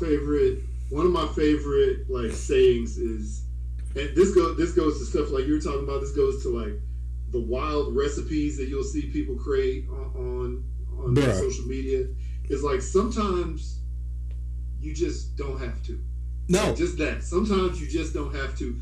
That applies to so much right now. No. I'm trying to say sometimes just don't. Seriously, I seen this one joint where I guess this girl was making cookies, and so she actually used her dog's paw to make the paw print in the cookie. Paw print cookies, no. It was like, why would you do that? Like, she could have been making it for the dog. Rage baiting. I know she was, because she always every time I seen her, she always posted some shit where it's like, I know you didn't. Like, and I'm like, I know she rage bait, but I don't follow her enough. But every once in a while she'll show up my timeline. I'm like, you anger me. Like, that's the reason why you don't eat everybody food at the potluck. No, facts. Eat your own food. No, facts. That's it. Because honestly, like I even with like people when they like I guess do a potluck, I almost want to be like, send me a picture of your house real quick. I mean, let me see what your kitchen look like. Yes. Let me see what it look like. I need to see what it look like right now. Do you have any cats? Because if you do, they're on the countertops. Well, that too. But like, I need to know how you live. Because if you take a picture of your joint and it looks like the bathroom from Saw, then no, I don't want to eat. I don't want to eat that shit. Like, send me a picture of your kitchen. Send me a picture of what the inside of your fridge look like. I need to know. No, I need to see them things, because if you pull out some shit and it's like it looks grimy, or like it looks like a before or after, or like a before picture of Ajax or some shit, like like like they haven't wiped the grease off. No, I don't need to eat that. Yes. Because most time all it is cheese, noodles, and meat. Like that's most times in those potlucks, and it's like, nah, I'm good. I'm good. It's scary. We've had potlucks at work, at my job, and I will only eat my food unless there's like a store-bought cake or something like that. I'll eat that. Yeah. Because I'm like, okay, it doesn't look like it was tampered with, but I'll eat my food, and that's pretty much it. Yeah, I am the store brought bringer. I will order see, chicken. That's how you know it's safe. 50 wings, bringing them in. You know what's funny? That's what I eat. That's the best way to do it. It usually is, because honestly, a lot of times it's even better, because like I've even tried to like, I'm gonna make something, and after I start looking at the ingredients, and I'm like, no, I could buy this, I could order twice, like I could get 1,000 wings for the same price it would have cost me to buy like the cheese, the noodles, the this, the that, not to mention the cooking it, the I gotta bring it around. Like I'm like, nah, I just go pick it up. And you know somebody's gonna use rosemary and or sage in one of their homemade products. That's also a possibility. They absolutely will. Well, I also feel like most people also don't lead with their game winner either. Like, it's like they like, I don't usually make this. Why'd you make it now? Like, I don't understand why you even brought it. Like, you should be bringing your number one dish, because the ingredients were cheap, and I don't respect you. But then it's like, don't even do a potluck. Yeah. Let's just go out to eat as a group. Okay, one question. This is my last question for y'all, but chicken wings. Yeah. What do you consider a chicken wing? The flat is a wing, the drum is a wing, and the tip is a wing, or one whole piece, all three pieces together is a wing? I prefer the whole. There's only one right answer. The whole thing is the wing. The whole thing is the wing, but I know there's places that will be like, oh, here's a 6-piece, and it's the drum flat, drum flat, drum flat, and it's like, well, no, that's actually 3 wings. Not even 3. It's like a 80% wing. 80% of a wing, yes. Because even though I don't really eat, but I have nibbled on it. Like, I'm just like, because how hungry I am, I have like been like, nothing there. You know what I'm saying? Like, oh yeah, I've done it. I mean, even though it's not consistent, but it's definitely been like, this looks like it got meat on it. And it's like, okay, nah, I'm just eating the fried part at this point. And I will tell you. I'll definitely say that somehow, I don't know who it was, maybe it was Wingstop or somebody else that decided that chicken wings were like the little tiny, like the disjointed pieces of the full wing. But it makes me so sad when somebody's like, I have chicken wings, and I go and I'm just like, so this is one wing. Where's the rest of the wing? You know what I'm trying to say? So, no, I grew up on those chicken wings. You said chicken wings earlier, so that just made me think about that. Well, chicken wings are my favorite food. It is my comfort food, actually, because I grew up eating carryout food my whole youth. What flavor? Oh, it's not flavored. See, this is great that you bring that up, because I believe when they divide the wing into the different pieces, they treat the chicken wing differently. Case in point, if you go to a carryout and you get chicken from a carryout, it's got the full wing. Yeah. That wing is not frozen before it's fried. But if they divide it up, they just drop in frozen wings. Oh, yeah, I can see that. And that's what I was complaining about with the episode with Ron, or with Honey Glaze, when I was just like, chicken wings have been bad because they don't treat the chicken wing with the same respect. If it's a whole wing, that wing is thawed before it's battered and dropped in. Otherwise, it's just dropped in frozen and then put into a pan and shaken up with some wet dredge on it or whatever. Yeah. And that's what we're rolling with. And I hate that. That's a sad wing. I hate that. No, it definitely is a sad wing. Because even with the being broken apart, it's like, bro, like I could crush wings. Every time I see a box of wings and they say it's 6, but it's actually 3, "In the Arms of an Angel" just plays in the background in my head, and it's just like, it's like you could feed a starving kid a whole chicken wing, but instead you give him this shit. Well, that's also the thing too, because it's like, bro, like this is false. It's like, also like, I went to this restaurant the other day where I ordered like a burger and fries didn't come with it, but the burger was like $25 or something. And I was just like, wow. Yeah. I was like, what is? And of course the burger was like mid, right? And so I'm like, what are we doing? Like, why is it costing me $30-something for a burger and fries? And it's like, yeah. But then it was funny because I wound up actually like not going with the burger because they had like another option. I went with that. But then it was funny because they the fry like containers, like the silver drinks. Mm-hmm. They were like, they came around our table and was like, can we get those? Because we ran out. And I'm like, hold on. So we had to dump our fries out so they could go use them somewhere else in the restaurant. They are underprepared. Wow. Yeah. I was like, yo, y'all want me to go to Costco or Restaurant Depot for y'all or something? Like, I think IKEA got these jokes. I was like, that's crazy. So I was like, not only you guys gouging me. What was the tip like? I think no, tip was included because we were in a large group, so it was I guess 20%. They got you. Yeah. They got but the you. thing is, it was funny because like she handed it to me, and I saw it said included, right? But it was on the tip page, and I was like, "Are you trying to double dip?" They do that, and I was they like, absolutely do that. But she didn't look at me, so I couldn't give her the no, right? So I was like, "Oh, okay." So she like purposely handed it to me like went like this, and I was just like,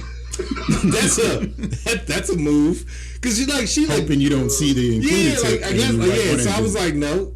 But then I think the other day I went to somewhere and I think it said included, but I'm not sure. So I said no. So I don't know. I might have not tipped. I might have short-shamed them, but that was also because it was crazy. It was like 2 tacos and like 2 drinks, and it was like $50 or something. It was, where the hell are you going? I don't know. I'm getting invited to places, and this is my problem. See, like me, I would survey these establishments before, and I would know like, oh, I'm not going here. But then, like, we ordered, and then when I got the bill, I was like, oh, that's my budget for the week. I guess I'm eating water this weekend. Like, I need to change the way I move real quick because I was not expecting that. Like, that's a lot. Yeah, that's ridiculous, man. That is. But they shortchanged it. Was it at least? I was gonna say, was it at least good for $50? Like, was it delicious? No. It was okay. I mean, like that. I mean, like I mentioned earlier about having that kind of mid experience. You know what I'm saying? It's like, all right, well, it wasn't that great. Like the drinks were sub. I mean, it was happy hour, so it was like happy hour equivalent. Happy for them because they overcharged y'all. Yeah, and then like even the tacos were like, I mean, it was carne asada, but it still wasn't. It wasn't great. It wasn't like it was overflowing. Flank steak, man. And it was like it wasn't even like there was an abundance of toppings. It was literally just meat and corn tortillas, right? Tortillas, and so it was like bro, like they ain't no other. I ain't get no like rice or nothing. It was just basic, right? And I'm like, y'all, I could have went to like. Tell your friends to make different choices. No, but I mean, it was cool hanging out with them, but it was a after work joint. But we was in the neighborhood of work, all right, and that's where like you imagine. There you go. Yeah, there you go. Because it was in downtown Silver Spring. There you go. I mean, Crystal City. There So I was like, all right, well, I won't be going here again. Like. But anyway, I don't know where Crystal City is. I've never been there. Outside of the Pentagon, it's outside of the Pentagon. Down the street from Pentagon City, pretty much. But it's they're remodeling it, so it's all like swanky places, and they could charge. You said what? Not gentrified, just doing it over because we weren't really there to begin with. It's just their rental rates and everything has gone up, so everything goes up with it. But going back to being like shortchanged and being charged, right? And it's like, yo, bro, this is a bad experience. Like I was like, okay, but whatever. What I have to say is, Jared, this was a fantastic experience, and it was great catching up with you in real life and in real terms.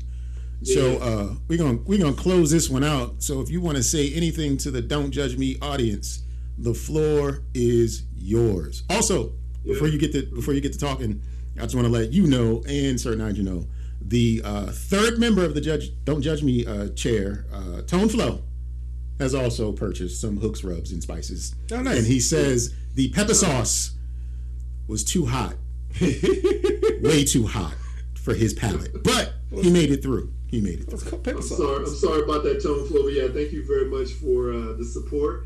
And mix it with a little bit of honey, just a couple drips. Oh, that'll freak. Mellow it out. Sweet, spicy combo. Anyway, I really definitely appreciate y'all for having me back on the show. I know it's been a minute, and I know I leave some voicemails from time to time. I'm definitely trying to support y'all. Because I love listening to y'all talk. So I appreciate the opportunity to come back here. Go and follow us online, like I said, at HooksRub on Instagram. And if you order at hooksrub.com, HOOKSRUB.com, when you go to checkout, put in the code JUDGE, and that will give you 20% off your order. Oh. And it will help support the Don't Judge Me podcast. Oh. Every order with that code helps support the Don't Judge Me podcast. So definitely go do that. And yeah, thank y'all so much. I definitely appreciate it. And yeah, big shout out to my cousin Jay down in Texas. Definitely follow the #blackout podcast, and just keep your eye out, keep your ears out. We'll be back, like I said, in April. With the whole new old show. shenanigans, but different shenanigans at the same time. But yeah, I definitely appreciate y'all. Thanks for the time. And if there's anything I'll leave y'all with is, definitely when you season your food, season it well. Don't under-season it. Don't over-season it. Just season it right, perfectly. And if you taste it and you can't taste the seasoning, add more seasoning until you can. But no, I appreciate y'all. If y'all ever come to Utah, y'all are more than welcome to come by the house. I will throw down some food and we'll chill. So yeah, that's all I got. But yeah, thank y'all so much. Thank you to the jury. Appreciate y'all. And yeah, that's Jalapeño J out. Don't judge me.